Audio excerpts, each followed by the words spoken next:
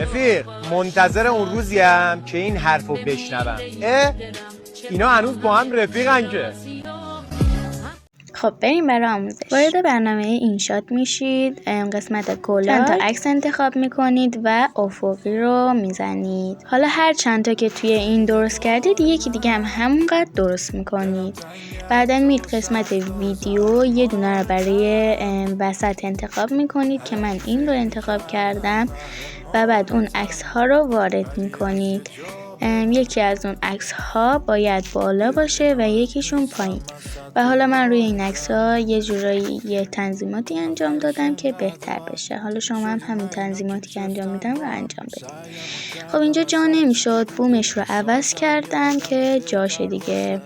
و اینجا هم چون عکس معلوم نشدش رفتم یه عکس دیگه آوردم برای وسط و اولی رو حذف کردم. و همینطور عکسی که میخواد وسط قرار بگیره رو باید دورش رو کمی باریک تر کنیم. حالا میریم سراغ عکس بعدی که اونو پایین. حالا دیگه خودتون تنظیم کنید دیگه، تنظیماتشون به خودتون بستگی داره. خب اول این عکس رو اولش رو یه مثبت و آخرش رو یه مثبت میزنید و به طور یه جوری ویدیو تور اینطوری که من میکشم شما هم میکشید. ولی دومی فرق داره. دومی یا باید از انتها شروع کنید.